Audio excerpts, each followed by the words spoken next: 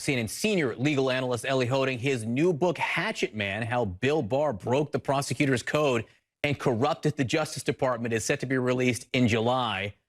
Prescient. Elie, first, just explain exactly what this memo is and what Judge Berman Jackson, no relation, means when she says that Barr basically lied about it. Yeah, so this is so interesting, John, because it's new. We all remember what I consider to be Bill Barr's original sin, when he lied to Congress and the American public about the Mueller report in his 4-page memo. Now, DOJ said that this new secret memo was actually what Bill Barr relied on. When he concluded there was no obstruction of justice, they led the court to believe, well, he had this deep research memo that supported his conclusion. Turns out that memo, the new memo, came after the fact, and it was really just used as sort of a post hoc rationalization for what Bill Barr had already decided. Judge Jackson was not pleased and felt she'd been misled by that. She's seen the memo at this point. Yes. And she said, this isn't some legal guide to deciding whether or not to prosecute. You made up your mind beforehand, right? Exactly. It's a justification after the fact, which is very different than saying this is sort of a careful legal guide that Bill Barr followed.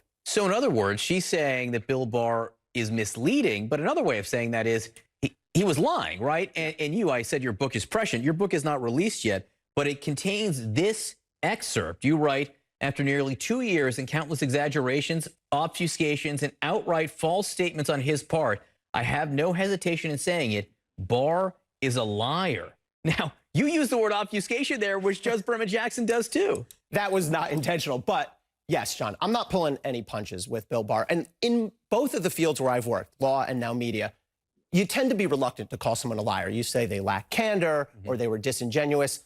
I'm sorry, Bill Barr has had his chances. He has lied to the American public time and again throughout his tenure as Attorney General. We know that, for example, because Robert Mueller told us he misled the public about his report. Now 2 federal judges. Amy Berman Jackson is the 2nd federal judge to say the same thing. And that is such an unusual and extreme thing for a federal judge to go on record and say, the Attorney General, you misled me. I mean, I was always taught as a prosecutor that all you have is your credibility. You never lie. You never even exaggerate or stretch the truth. To have multiple federal judges saying the Attorney General lied, obfuscated, choose your word, that is a remarkable thing and a statement about Bill Barr. Very quickly, what's Merrick Garland's role in pushing to get this memo released at this point? And what are we going to see if we do see it? Yeah, so Merrick Garland needs to get out of this litigation. DOJ's been fighting to protect Bill Barr's back, you know, ever since Bill Barr did damage at DOJ. Merrick Garland, I think, needs to take the position of, we're going to put it all out there, everything about the Mueller report, for better or worse,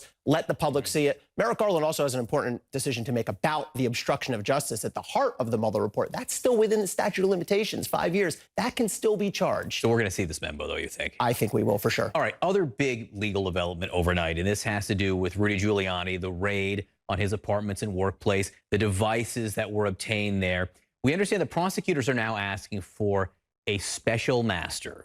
That's a specific term to go through this to do what? To determine what is protected by attorney-client privilege, what's important here, and what does it tell you that as prosecutors asking for this right away? Yeah, so this is the right way to do things. This is the right way to protect, really, Rudy Giuliani's interest as well as the prosecutor's interest. It's the same essential procedure that was used in the Michael Cohen search warrant. So what's going to happen is all these documents and emails that they pull off of Rudy's phone, they're going to be reviewed by a special master, a respected, probably former judge, who will look at them and decide, yes, that is privileged, and the prosecution team cannot have it, or no, it's not privileged, and the prosecution team can have it. And Rudy Giuliani will have a chance to object, to stand up for his rights. Michael Cohen objected many, many times and was successful very, very few of those times. What's the bar you have to reach for it to be protected? Attorney-client privilege, right? Meaning it's a communication between an attorney, being Rudy Giuliani, and a client, maybe Donald Trump, maybe somebody else, where Rudy Giuliani is providing actual legal advice, but importantly, it cannot be